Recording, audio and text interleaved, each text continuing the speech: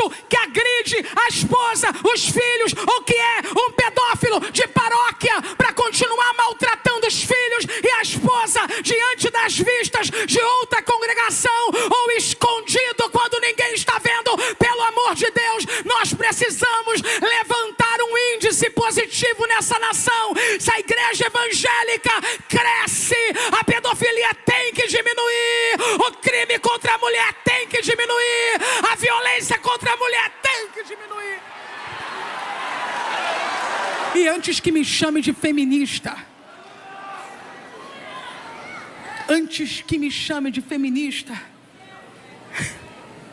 e antes que ache que eu sou candidata a alguma coisa, também, capítulo 1 do livro dos Juízes, tem um tal de Adoni-Bezeque que gosta de ver uma liderança humilhada e sem identidade comendo migalhas na sua mesa. Capítulo 2, o líder principal morre e o povo se desvia. Capítulo 3, mesmo depois de 40 anos de paz, o povo volta a pecar. Capítulo 4, tem homem medroso que só anda empurrado por uma mulher. Capítulo 5, encontramos tribos distraídas enquanto o restante luta. Capítulo 6, tem gente empobrecendo por causa da desobediência. Posso parar ou vocês vão gritar também? Capítulo 7, a gente entre os guerreiros de Gideão que deveria estar em casa e não no exército. Capítulo 8, gente atribulada porque Gideão está vencendo sem a ajuda dele. Capítulo 9, encontramos irmão matando irmão só para reinar sozinho. Capítulo 10, líder, pai de 30 filhos que tinha 30 cidades e andavam sob 30 jumentos, porém a Bíblia não registra nenhum feito deles, só as benesses que recebiam. Posso parar? Capítulo 11, encontramos um homem disposto a sacrificar o que tem em casa só para sair vencedor numa batalha do lado de fora. Capítulo 12, a tribo famosinha que quando vem alguém novo se levantando manda recadinho: vou te queimar. Capítulo 13, eu devo parar? Deus empurrando gente escolhida que tem poder, mas não quer se mover do lugar. Capítulo 14, tem israelita casando com filisteia. Capítulo 15, tem alguém queimando a seara de alguém só por vingança pessoal. Capítulo 16, tem ungido deitado na cama de Dalila e acreditando que pode matar filisteu. Capítulo 17, tem levita sem destino que fica onde encontrar comodidade.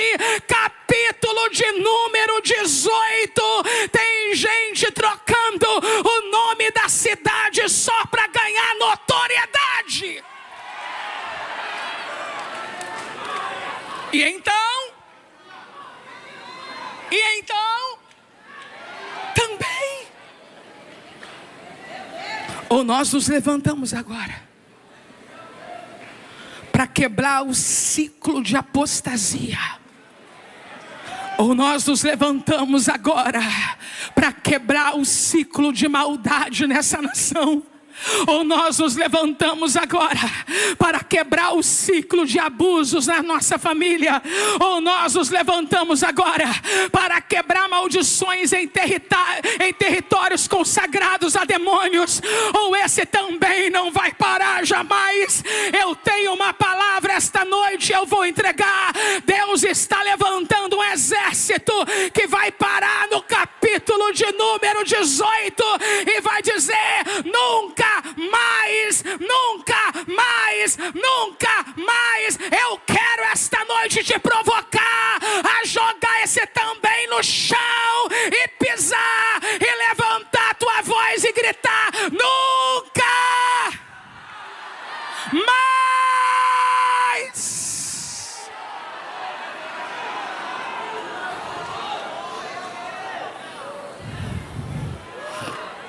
Alguém aqui já leu a história de Mica? Da história da mãe, do ídolo, do roubo, do sacerdote, do dinheiro da mãe. Você já percebeu que tem alguma coisa ali de meio engraçado? Meio esdrúxulo, meio cômico? É sempre assim. Antes de Satanás trazer uma tragédia com cara de tragédia, ele vai fazendo tragédias que tem cara de esdrúxulo, cômico. engraçado. E a gente começa a rir. Primeiro a gente ri do jeitinho que o menino anda. Depois esse menino comete suicídio porque de um lado a sociedade diz: faça o que você quer. Mas do outro lado a alma dele que grita por socorro não aguenta a pressão dos sentimentos que tem. Começa cômico, mas termina com morte.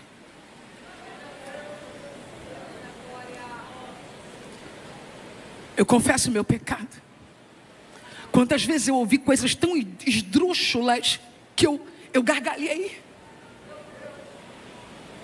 Aconteceu isso. É tão inacreditável, é tão esdrúxulo. A roda da mesa com meu marido, com meu irmão, gente íntima, fala: não, isso não pode ter acontecido. Não, é mentira, isso é mentira. E a gente dá um sorriso, é mentira. E o diabo do outro lado está dizendo: isso mesmo, acostume-se com o caos. Sorria no caos, que eu vou trazer um caos maior ainda. Não é engraçado?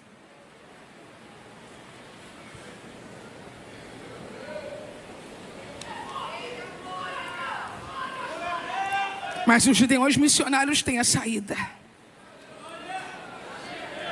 Eu vou repetir: os gideões missionários têm a saída. O texto, antes de contar a tragédia, diz a razão principal da tragédia: naqueles dias em que não havia rei em Israel. Naqueles dias em que não havia rei em Israel. E todos os relatos do livro dos Juízes apontam para uma necessidade imediata: um Salvador, um rei. Ei! A igreja tem a resposta. A igreja tem a saída. O mundo vive como se não houvesse reis sobre eles. Mas nós conhecemos aquele que é Rei e Senhor. Se você sabe o nome dele, grita o nome dele, grita o nome dele, grita o nome dele. Você vai ver que uma coisa estranha vai acontecer agora aqui. Tem gente que não está com certeza de quem eu estou falando. Olha o absurdo que nós chegamos. Tem gente que não tem certeza. Será que ela está falando de quem eu penso que ela está falando? Eu estou falando de Jesus. Jesus, Jesus, Jesus, Jesus, Jesus, Jesus. Os homens.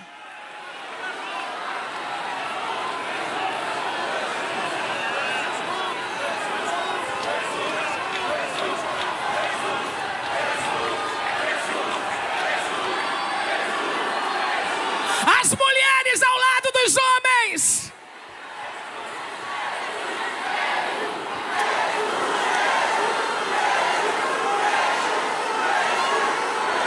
Meu Deus, há quanto tempo a gente não grita assim? Orebarabaxi andarai.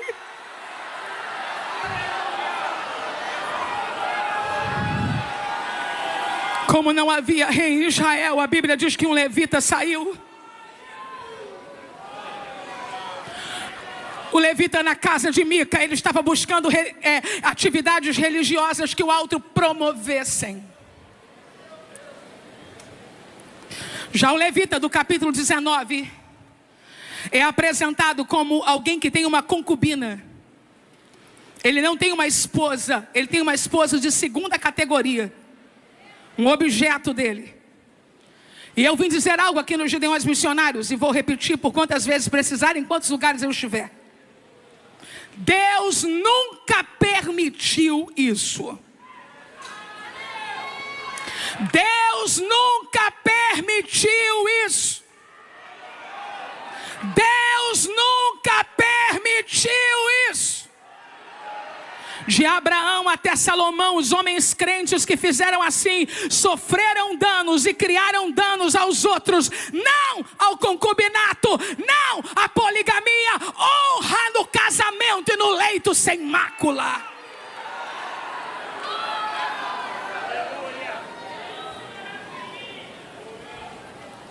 Em dias perturbadores, levitas são chamados ao serviço e à santidade. E alguns deles estavam em busca de autopromoção religiosa. E o primeiro, que serve apenas por mera promoção, é sucedido por um outro que agora tem vícios mais luxuriantes ainda. Se o primeiro só quer um canto para encostar, o segundo peca. Porque é um homem que foi chamado para ser santo, agora é tragado pela cultura pagã e toma uma concubina para ele. O texto diz, porém a sua concubina adulterou contra ele. Embora o texto original diga que ela agiu como prostituta, alguns comentaristas judeus acreditam que apenas ela tenha deixado-o, e isso por si só, dentro daquela configuração, tenha se tornado adultério.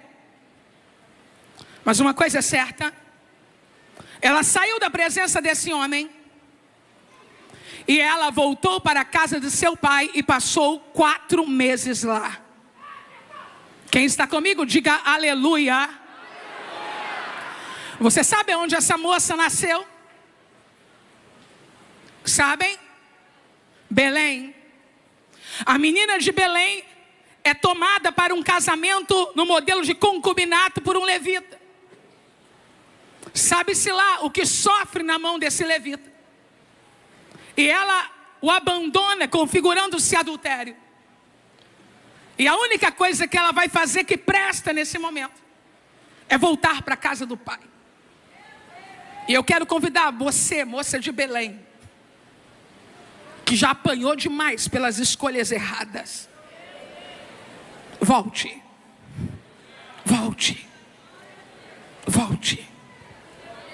E quero falar com você, moço de Belém. Volte. Volte. Volte para a casa do teu pai. Passado 4 meses, o seu marido se levantou e foi até ela. E o desenvolvimento da história vai deixar muito claro que isso não era uma questão de ternura nem de amor. Esse homem se levanta para buscar uma propriedade. O que ele vai buscar? O que ele vai buscar? Por razão de status ou por busca de prazer não santificado. Eu vou repetir. Por status, eu quero a minha propriedade de volta, é minha mulher, eu vou lá. Ou porque quer prazer não santificado, é minha concubina, eu paguei e eu estou com saudades. Eu escrevi algo aqui gravíssimo, mas eu vou dizer no temor do Senhor. Alguns dizem perdoar, mas não perdoam porque amam, perdoam porque precisam. Cuidado com pessoas que te dizem volta, volta, volta, porque pode ser pior do que da primeira vez. Vendo o pai da moça, e o levita chegou, se alegrou ao se encontrar com ele.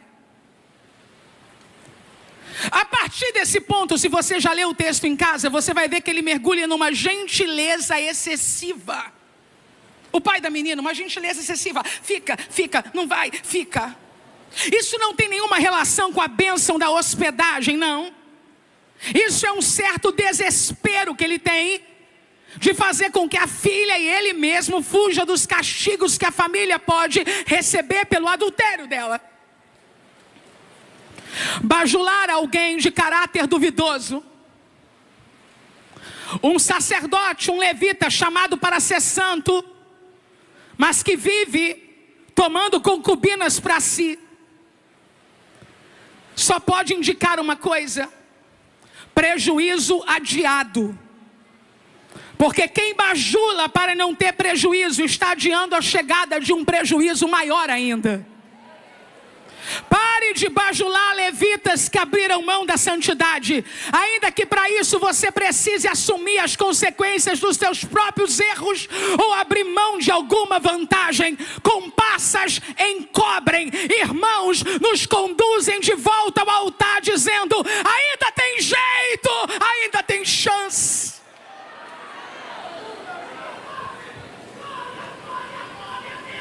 O pai da moça segurou.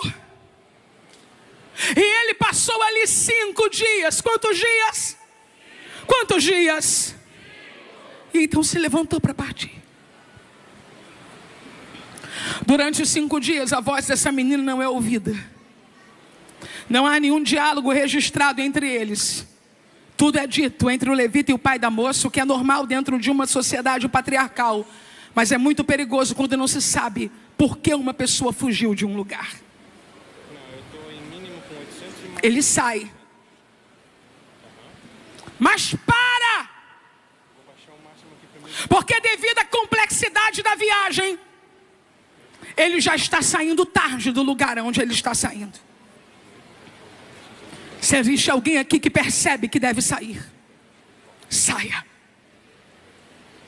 Não espere escurecer para escapar pela sua vida e pela sua alma de lugares onde você já deveria ter se levantado. Eles estão caminhando e quando o sol começa a baixar, quem está comigo, diga aleluia. O moço que está acompanhando o levita e a moça que está voltando para casa, diz assim para ele: ei, estamos perto de Jebus. Devido ao horário, eu estou parafraseando. Devido ao horário, devido à distância, vamos parar aqui. Mas aquele homem diz: não. Quando eu der uma caprichada na narrativa, eu vou avisar que sou eu e não a Bíblia, tá? Que eu não quero pecar. Vou dar uma caprichada na narrativa agora, tá? Não. Eu sou crente. Eu não vou dormir em Jebus. Não. Eu sou da denominação X. Não posso dormir em Jebus. Eu preciso caminhar mais um pouco para entrar num território onde as pessoas são tão santas quanto eu sou santo.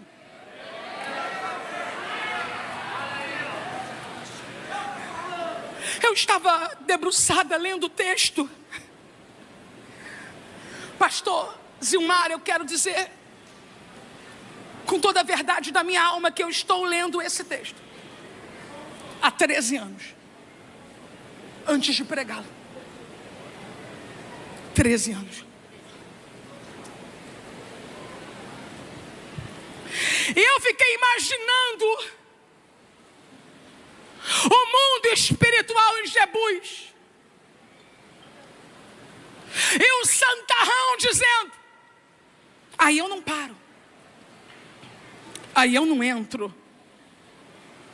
E acima dos céus,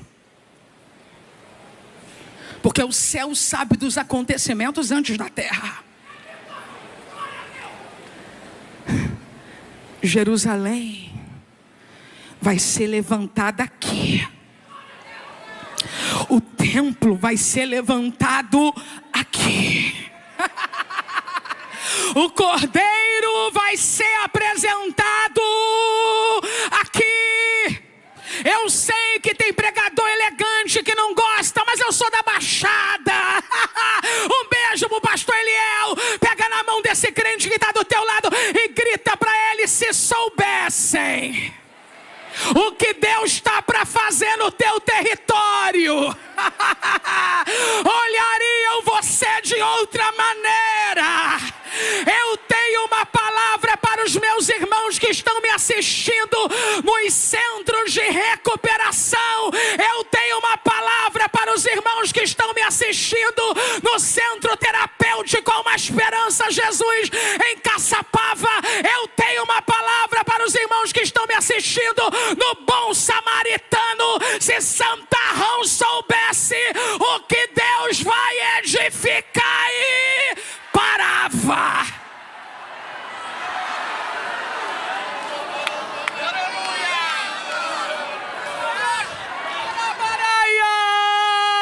Eu tenho uma palavra de fé para a mãe dos penitenciários. Eu tenho uma palavra de fé para as esposas dos irmãos penitenciários. Alguém vai parar onde nunca parou para abraçar quem nunca abraçou, quando descobriu o que Deus vai fazer na terra dos jebuseus.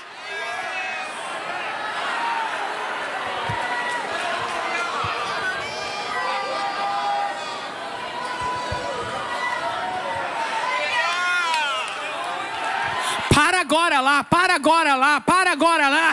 Leva oferta agora lá. Vai visitar agora lá. Dá abraço agora lá. Vai pregar agora lá. Vai levar um estudo bíblico para os meninos que ficam lá a semana inteira. Para de querer aparecer só quando a câmera está ligada.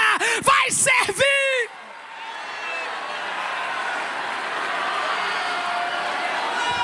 Eu estou cheia do poder do Espírito Santo para entregar essa mensagem. E eu vou entregá-la.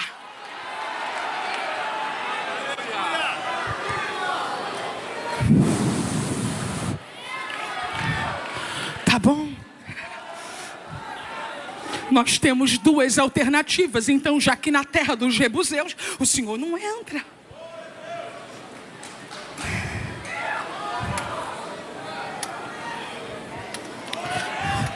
Ô Gibeá, ô Ramá,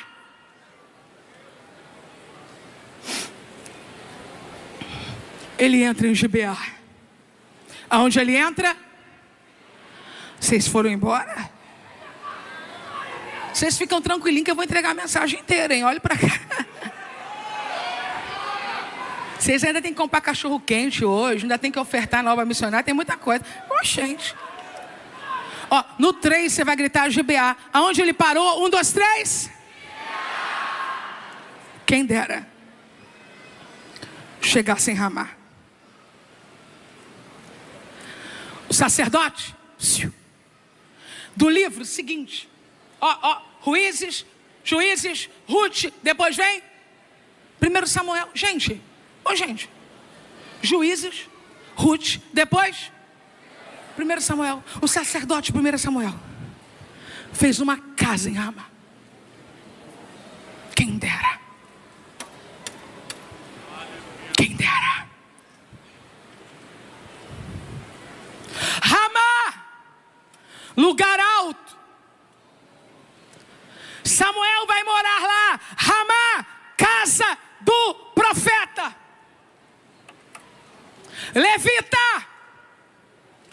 Levita, nem tudo está perdido para você. Corre para Ramá, lugar alto e casa de profeta. Lembra quando você visitava a casa das profetas para orar? Lembra quando você subia ao lugar alto para clamar? Você ficou chique, você ficou fino. Colocaram na tua cabeça que profeta tem profetada e que lugar alto é para quem perdeu o juízo. Mas ainda tem gente entendendo que se for entre Gibeá ou Ramá, eu já escolhi aonde eu quero estar. De Gibeá eu passo, mas em Ramá eu entro.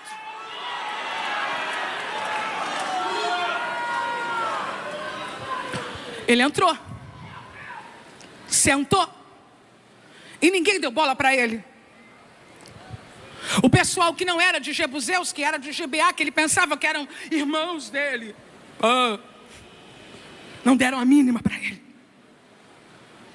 Aquele homem está sozinho numa praça. Quando um velho passa, está fazendo o que aí? Aí ele começa a se exibir. Meu Deus do céu. Então eu estou aqui. Tem horas que você tem que dizer só assim: eu estou aqui porque eu estou precisando.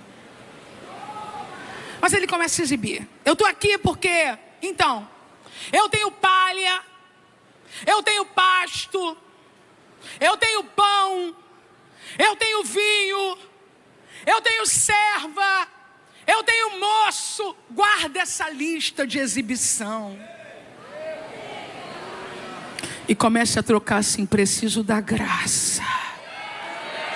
Preciso da graça. Tem mais alguém comigo? Preciso da graça. Tem mais alguém comigo? Preciso da graça. Tem mais alguém comigo? Preciso da graça.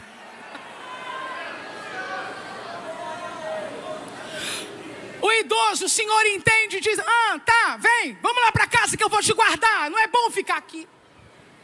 E ele entra. E quando ele entra, ele, o moço e a concubina. O velho diz a ele: paz seja contigo. Mas não havia paz naquela cidade. Eu preciso de um pouquinho mais de retorno. O velho diz para ele: paz. Mas não havia paz naquela cidade. Enquanto eles estavam comendo, enquanto eles estavam se alegrando, os homens daquela cidade começaram a bater a porta. Dá-nos esse homem. Dá-nos esse homem. Dá-nos esse homem. Nós queremos deitar com ele. Quem está comigo, diga aleluia. Quem não foi embora, diga glória a Deus. Então redobre sua atenção agora. Não foi a primeira vez que isso aconteceu na Bíblia. Quem lembra da outra vez? Casa de Ló. Um crente falou aqui do meu lado. Casa de Ló. Só que existiam duas diferenças gritantes no texto. Posso falar quais? Primeira, era sodomita fazendo coisa de sodomita. Mas agora é israelita fazendo coisa de sodomita. Posso lhe falar da segunda? Dentro da casa de Ló tinha anjos. Dentro da casa do velho efraimita tinha um levita desviado. Se você quer esta noite que os anjos voltem a ter acesso na sua casa, abra a porta para o impostor sair e deixa os anjos entrarem. Eu vou pedir para os crentes levantarem as mãos lá em cima. Só os crentes, só os crentes, só os crentes, só os crentes. Quem são os crentes? Os que creem. Só os que creem. Levante as duas mãos lá em cima e grita assim: Senhor, eu quero os teus anjos dentro da minha casa. Com mais clamor, diga outra vez: Senhor, eu quero os anjos dentro da minha casa. Pai, mãe, quando fechar a porta para sair de manhã,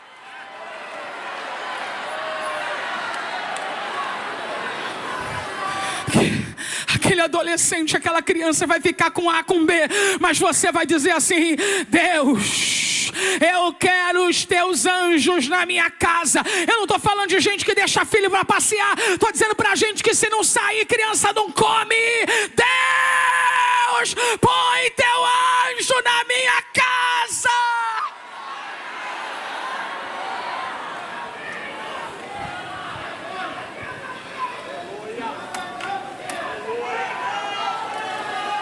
Houve um destino diferente.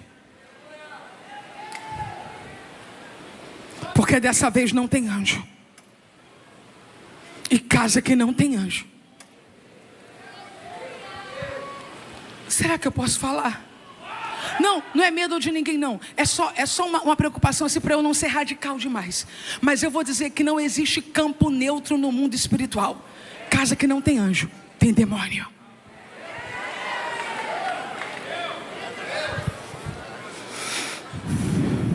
O velhinho diz: ei, meus irmãos. Olha como ele está falando com os israelitas com comportamento de sodomita. Ei, meus irmãos. Ei, meus irmãos. Irmão não. Para de chamar de irmão quem nunca foi irmão.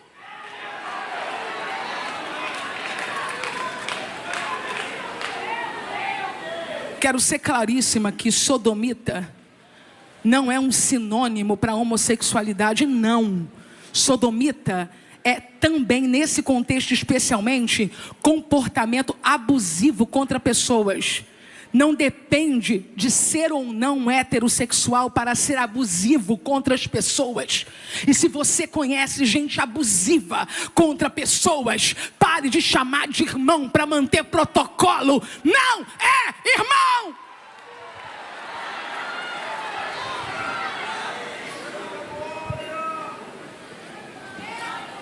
Irmãos, eu não posso entregar o visitante, entre aspas, contrato de hospedaria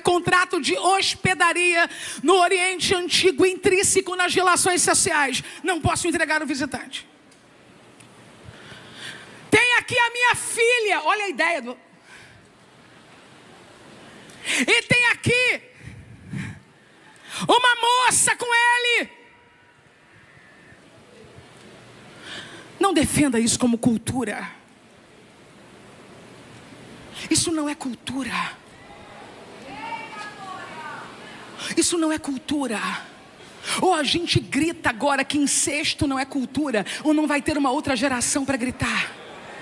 Ou a gente grita agora que pedofilia não é cultura, ou não vai ter outra geração para gritar. Ou a gente grita agora que vender uma filha por dinheiro para prostituição não é cultura. Ou a gente não vai ter voz para gritar, não é cultura um homem de bem dizer: leva a minha filha e leva a mulher dele.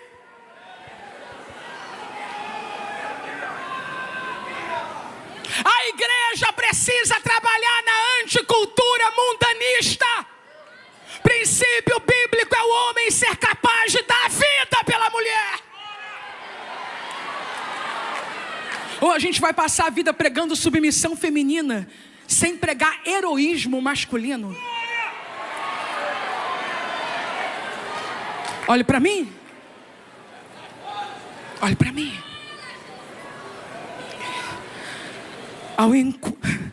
Enquanto o velhinho está conversando, a garota da cidade de Belém, a moça da cidade de Belém, moça da cidade de Belém, não, filha, tem que conhecer a história, filha. Moça da cidade de Belém, pelo amor de Deus, para de responder no Instagram quem você nunca viu. Aquilo ali é só colocar uma fotinha. Moça de Belém, pelo amor de Deus, para de acreditar em toda língua falsificada que se ouve.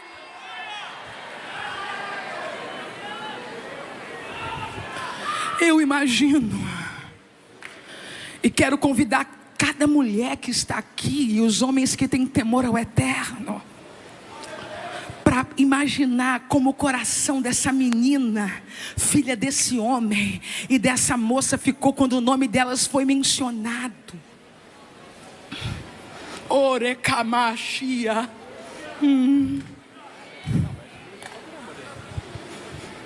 Mas sem que desse tempo dela dizer nada, eu vou ler o que a Bíblia diz.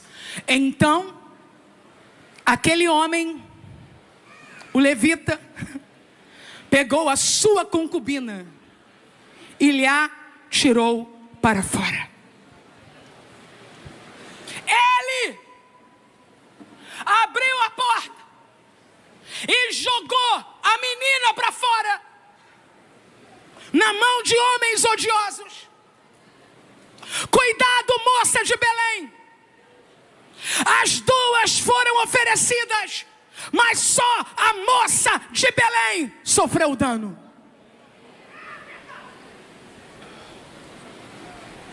Houveram gritos, barulho, porque haviam muitas pessoas envolvidas nesse massacre. O choro da mulher. Eu sei que eu serei criticada, não tem problema nenhum. Sábado, já quase noite, 19h04, tinha que estar virando tudo. Então vire a cadeira você e coloque para cima, porque eu tenho uma palavra e vou entregar.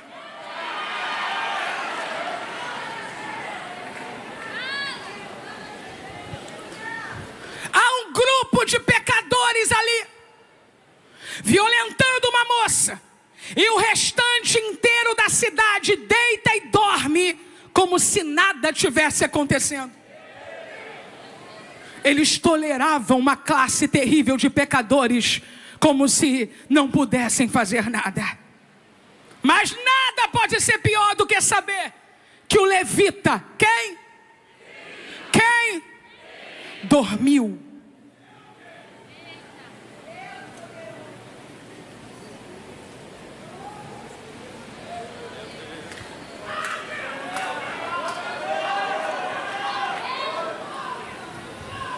Violência contra a mulher existe. E nós sabemos. Pedofilia existe. E nós sabemos. Machão que prega e soca a mulher em casa existe. E nós sabemos. Pai que aterroriza filho em nome da fé, arrancando página da Bíblia, amassando e colocando na boca da criança, existe. E nós sabemos. Se não for no nosso alcance, podemos orar e chorar. Mas se for no nosso alcance, joga o travesseiro da conivência no lixo. Levante-se e faça alguma coisa.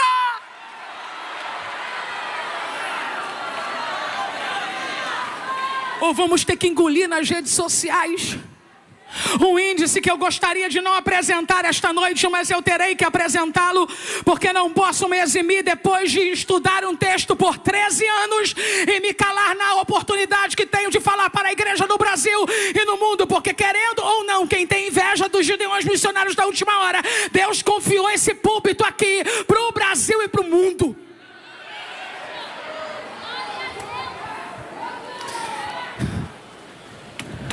Segundo o levantamento feito pela organização Safernet e enviado ao Ministério Público Federal, 1 milhão de brasileiros participam de grupos com pornografia infantil. 1 milhão de brasileiros. Com todo respeito, se alguém tem dúvidas, eu não tenho e já peço perdão. Desses 1 milhão, tem alguns aqui. Ou no nosso arraial não tem ímpios infiltrados vestidos de crente. Não vamos passar essa vergonha nacional de fazer um corporativismo ridículo. Eu estou republicando quando é preso esse cara que leva nome de pastor. Eu republico quando eu vejo que foi descoberto. Sabe por quê? Porque a única maneira de nós não sermos coniventes é sair desse discurso ridículo de não, então não é pastor, não, então não é, não, deram um credencial sim, acreditaram sim, mas é um delinquente infiltrado, é um psicopata infiltrado, é um ímpio infiltrado. E daí, se colocar o título que ele tem, se nós nos levantarmos para reiterar dizendo, já vai tarde para o presídio.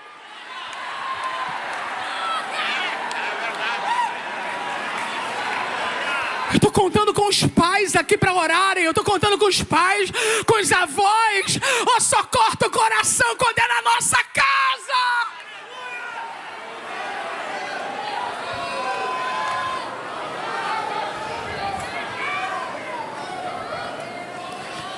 O jornal O Globo publicou uma matéria em 27 de outubro de 2023 com um dado terrível. 440 mil menores podem, eu disse podem, tá? Antes de querer me processar sem causa, processa pelo que tiver causa. 440 mil menores podem ter sido vítimas de abusos sexuais na igreja católica, diz o relatório. Na Espanha. 440 mil. Eu quero crer que nenhum católico de bem fica feliz com um índice desse. É verdade? Ninguém. Meu avô foi católico uma vida inteira antes de se converter, antes de fazer uma declaração de fé diferenciada. Mas a vida inteira eu convivi com um homem que frequentava a missa. E um homem de bem. Então eu acredito que qualquer católico de bem fica chateado com isso aqui. Cantora Mara Lima foi apresentada esta noite não só como cantora, mas também como alguém que está trabalhando na Secretaria de Proteção à Mulher. É isso mesmo, Preciosa? Pois bem, eu fui pesquisar os índices no Brasil relativos à igreja evangélica, ok? Porque se apareceu 440 mil na Espanha, eu que não tenho nada a me preocupar com isso, quero saber dos índices, porque nós, mães e pais, queremos saber dos índices, nós queremos ajudar, queremos proteger, queremos atuar. Ou por orgulho, vamos fingir que não tem. Que nossas crianças não sofrem, não são vítimas, não passam por isso, que não se infiltram pessoas malignas entre nós. Quando eu fui pesquisar, não achei. Mas alguém retratou dizendo, é muito difícil levantar esse índice. Ai, que vergonha que eu estou sentindo, mas eu vou dizer. A maior parte das pessoas que são vítimas em igrejas evangélicas de violência doméstica ou de violência sexual, elas são orientadas a não denunciar o culpado. Para evitar. O que eu estou dizendo aqui é um saber empírico. Como não há pesquisa, não há o dado, isso é um saber empírico. Mas é um saber empírico porque eu tenho 47 anos de idade e nasci num lar cristão. E me lembro perfeitamente de pessoas que diziam sobre alguém, pelo amor de Deus, não fala para não escandalizar. Empírico, não tenho dados. Olho roxo. Ora para Jesus salvar. Tem como me colocar aqui? Para de orar por ele hoje. Deus me trouxe aqui para usar os minutos que pregadores no Brasil gostariam de usar para salvar a tua vida da morte. Para de orar por ele hoje e comece a orar por você a partir de agora. Você precisa ter coragem para sair e fazer a denúncia em uma delegacia de apoio à mulher ou qualquer outra. Você precisa, com urgência, ligar para alguém de confiança e buscar um lugar seguro. Por último, não acredite no pedido de desculpas, porque quem agride mata. Saia daí!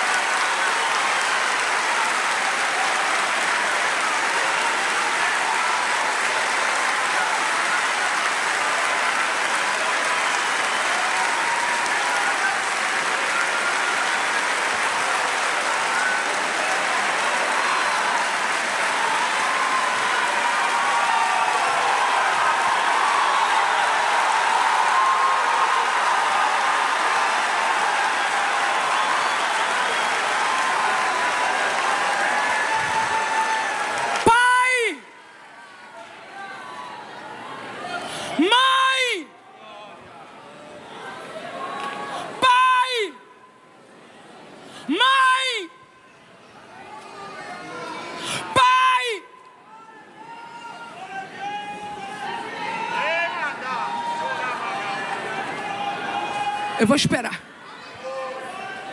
Obrigada.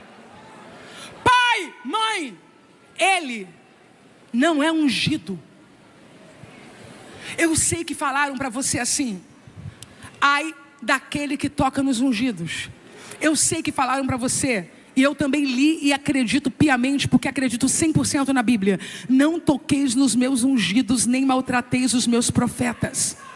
Mas você tem que entender que pedófilo não é ungido. Pedófilo é criminoso, pedófilo não é ungido.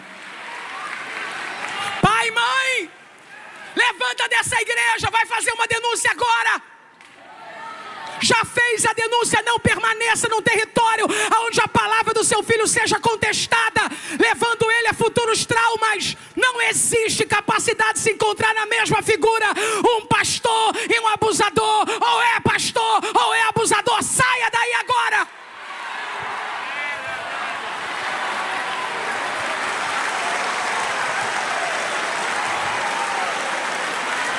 Eu vou fazer um pedido. Em nome de milhares de mulheres. Milhares. Eu entendo perfeitamente. Quando um homem sofre uma queda, que ele seja cuidado, amado e reposicionado. Eu entendo. Eu sou filho de pastor. Meu pai é um homem que passou na fila da misericórdia várias vezes, sabe? Então eu entendo que um homem que caiu no pecado de adultério seja trazido, amado, restaurado. Eu entendo que uma mulher que caiu no pecado de adultério seja trazida, amada, restaurada, que esse casal seja restaurado. Eu entendo. Sendo muito franca, embora eu não concorde, eu também entendo que se reposicione um pastor depois de um caso de divórcio. Eu não concordo, mas eu entendo a visão de quem faz. Não é problema meu, mas eu tenho um pedido. Os crimes de pedofilia que aconteceram na Igreja Católica, cujos católicos obviamente se envergonham. Ninguém quer uma coisa dessa, como nós não queremos, se for uma pessoa de bem, uma pessoa do amor. Não é assim que eles gostam de falar do amor. Sabe o que foi mais agravante? Quando um escândalo estava para surgir, trocavam a paróquia do padre. Eu tenho um pedido em nome de 1 milhão de milhares, perdão, 1 milhão não, estou com outro milhão na cabeça aqui. Milhares de mulheres. Pastores, presidentes de convenções no Brasil e no mundo. Pastores sênior de igrejas neopentecostais. Diretores, superintendentes de igrejas metodistas. Presbitério da igreja presbiteriana. Líderes congregacionais. Não troque um criminoso de paróquia.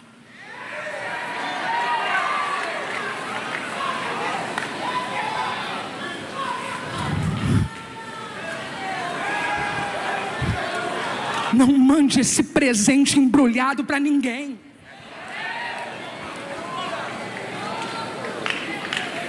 Não troque um criminoso que agride a esposa, os filhos, ou que é um pedófilo de paróquia, para continuar maltratando os filhos e a esposa diante das vistas de outra congregação, ou escondido quando ninguém está vendo. Pelo amor de Deus, nós precisamos levantar um índice positivo nessa nação. Se a igreja evangélica cresce, a pedofilia tem que diminuir, o crime contra a mulher tem que diminuir, a violência contra a mulher tem que diminuir. E antes que me chame de feminista,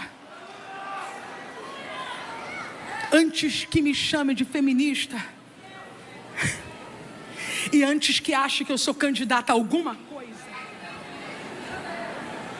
ou ainda venha me xingando do tipo, foi lá falar de mulher, mas homem também sofre violência. Só os homens, faz assim com o braço. Não se compare, não.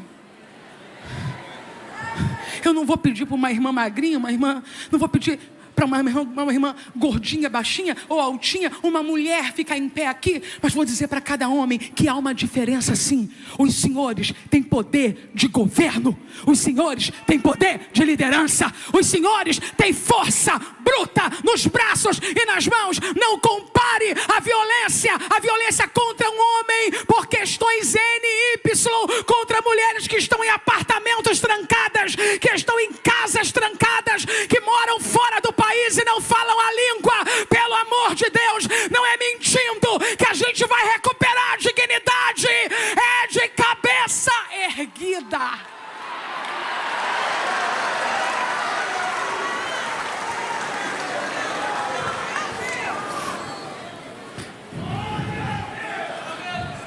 Eu concluo esta parte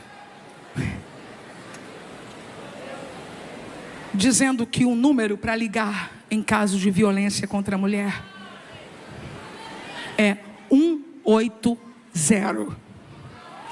Se você nunca ouviu numa igreja evangélica esse número, o número é 180.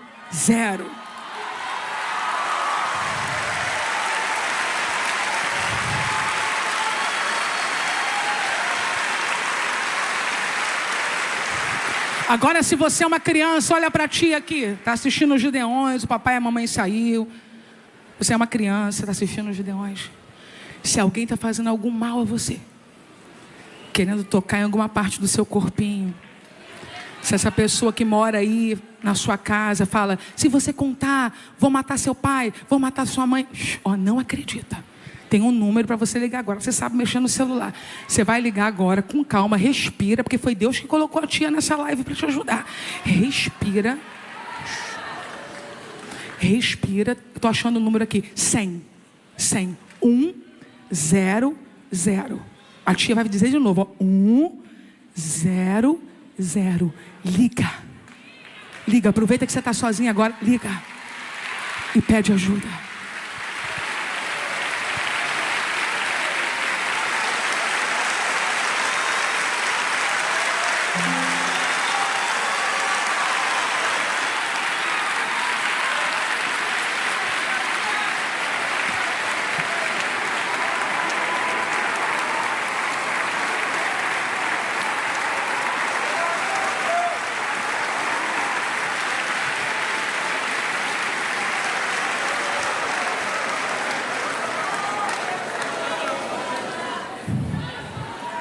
Eu escrevi algumas páginas.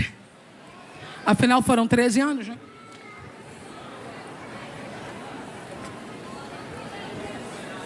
Treze anos estudando o texto. Não a resolução da denúncia, não. Isso aí, este ano, veio ao meu coração e o Espírito me encorajou a fazê-lo. Estou dizendo o estudo do texto. Então, eu escrevi algumas páginas aqui. Mas eu sinto, como uma velha pregadora, né? Porque eu comecei a pregar com 14, estou com 47.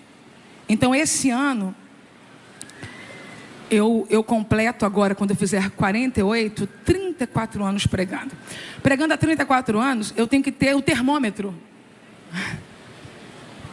E eu não preciso usar todas as páginas.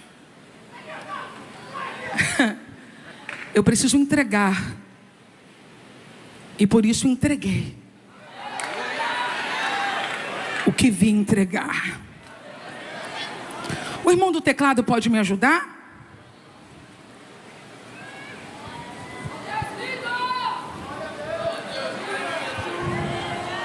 Uma pesquisa recente agora, 2025 para 2026, indica que a violência doméstica afeta desproporcionalmente mulheres evangélicas no Brasil, com cerca de 38,7% a 43% relatando agressões, o que é uma taxa superior à média nacional.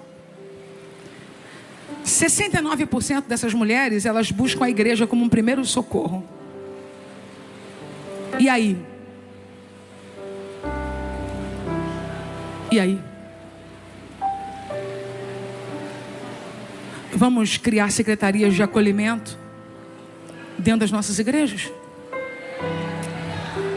Acho que não tem. Vamos disponibilizar psicólogos? Acho que não tem. Vamos disponibilizar mães, mulheres de oração. Pastora, a gente não tem condição de contratar psicólogo, nem tem lá mães, mulheres de oração. Mas faz um cursinho com essas meninas que vão atender rapidinho. Para não mandar abafar, não mandar calar. Para abraçar ela bem apertado, colocar aqui na altura do peito. E falar para ela, nós acreditamos em você. Vamos treinar as meninas do Ministério Infantil. Que estão na ponta, ali na sala de aula, como estão na ponta os professores do país. Entendem? Essa mulher foi esquartejada. Aquele que não amou, não cuidou,